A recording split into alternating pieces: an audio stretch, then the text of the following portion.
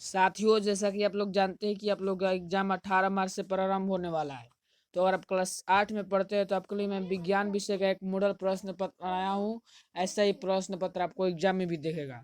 विज्ञान का question paper यानी एग्जाम 20 मार्च को होगा।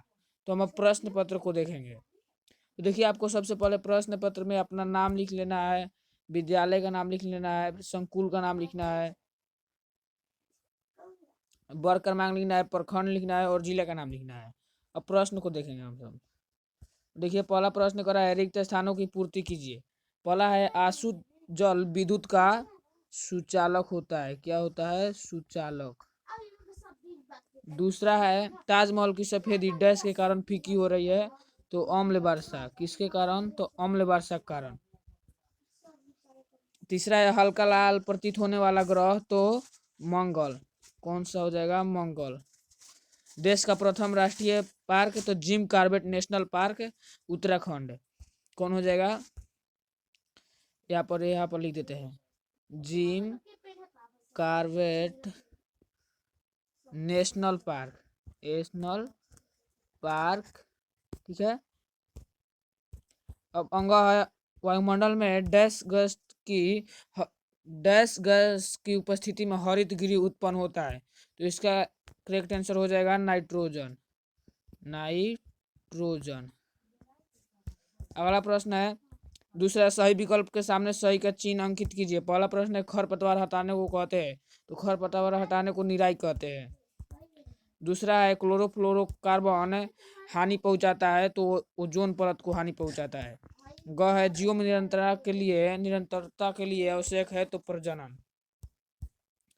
घ नंबर है, किसी कंपित वस्तु की अपनी माध्य स्थिति से दोनों ओर दूरी का विस्थापन डैश कहलाता है।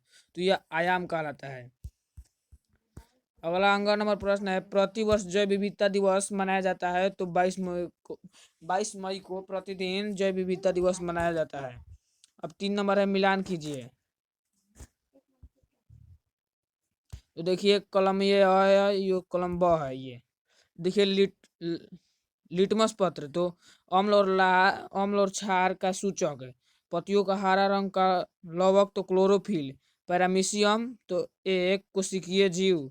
वाल्मीकि अभयारण्य तो बाघ के लिए प्रसिद्ध है। जीवाश्म ईंधन कोयला। समझ में आ गया? आगे बढ़ते हैं। अब चौथा प्रश्न है, धातु के किन्हीं 4 भौतिक गुणों को लिखिए। तो देखिए, इसका आंसर होगा देखिए, ये आंसर होगा पहला, धात्विक चमक। धातु में पहला गुण है धात्विक चमक। दूसरा है कठोरता। पारे और सोडियम को छोड़कर सदा धातुएं सदाहतः में कठोर होती है। क्या होती है? धातुएं कठोर होती है। अगला देखिए क्या है उसका गुण, आघात वर्धनीय, यानी धातु आघात वर्धनीय होती है।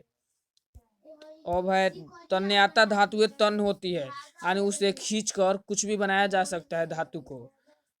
अगर चालकता, धातुएं विद्युत और ऊष्मा का सुचालक होती है। तो ये हो गया धातु का भौतिक गुण। आगे देखते हैं। अब पांचवा प्रश्न कह रहा है, अम्ल वर्षा कैसी होती है। तो देखिए, इसका आंसर है कि वर्षा का जल का पीएच मान जब 5.6 से कम हो जाता है तो अम्लीय वर्षा कहलाती है। अम्ल का पीएच मान कितना होता है? तो 7 से कम, यानी 5.4, 5.6। तो देखिए, अम्लीय वर्षा जल जब नदी में प्रवाहित होता है तो नदी के जल का पीएच मान कम हो जाता है। ऐसी नदी में जीवधारियों का रहना कठिन हो जाता है। ये सोडियम और एक और गैस है, उससे मिलकर अम्ल वर्षा बनता है। तो देखिए, आप लोग यहाँ पर जान चुके हैं कि ये इससे क्या कठिनाइयाँ है और कब होती है अम्ल वर्षा। अगला प्रश्न देखते हैं। तो देखिए, अगला प्रश्न 6 नंबर कह रहा है कि निम्न प्रश्न का उत्तर दीजिए। पहला है, नियमित एवं विस्तृत परिवर्तन की किरण के आरेख द्वारा स्पष्ट करें। देखिए, और दूसरा प्रश्न कह रहा है, जंतु और पादप कोशिका के 3 समानताएं एवं अंतर को लिखिए। तो देखिए, इसको हम देखेंगे इसका आंसर। तो देखिए, इसका आंसर है पहला, समानता। दोनों में क्या समानता है? जंतु कोशिका और पादप कोशिका दो तरफ लिखा गया है। पहला समानता कह रहा है कि कोशिका झिल्ली पाई जाती है जंतु कोशिका में और पादप कोशिका में भी। केंद्रक पाया जाता है दोनों में, और कोशिका द्रव पाया जाता है दोनों में। अब अंतर देखेंगे तो देखिए इसमें रिक्तिका जंतु कोशिका में रिक्तिका छोटी होती है, जबकि पादप कोशिका में रिक्तिका बड़ी होती है।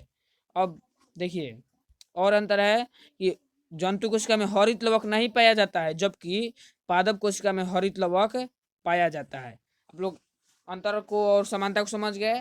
तो अब मिलते हैं अगले वीडियो में, तब तक के लिए धन्यवाद।